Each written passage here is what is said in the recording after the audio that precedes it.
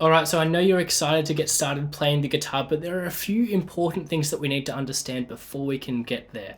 And the first of those is that we understand the anatomy of the guitar. That is, what are the different parts of the guitar? Now you can think of your guitar as if it's almost like a human body. So we've got our head of the guitar up here, we've got our neck down here, and then we've got our body.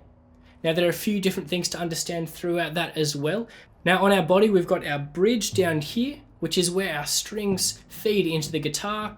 Then we've got our sound hole here, which is where sound reverberates. It bounces back and forth within the guitar to make that really nice acoustic sound, which is different to an electric guitar where you need to plug in to get some real sound.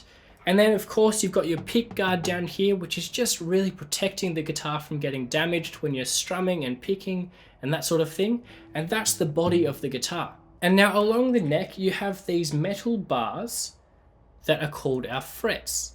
Now our frets are what determines what sound the guitar makes. So if I play the lower string, that's an E string, which I'll teach you about later, that makes one sound. But then if I press my finger down on my left hand, you'll hear a different sound on each of these frets. So there's plenty more to learn about that, which I'll continue to teach you. But for now, that's what you need to know. Those are our frets.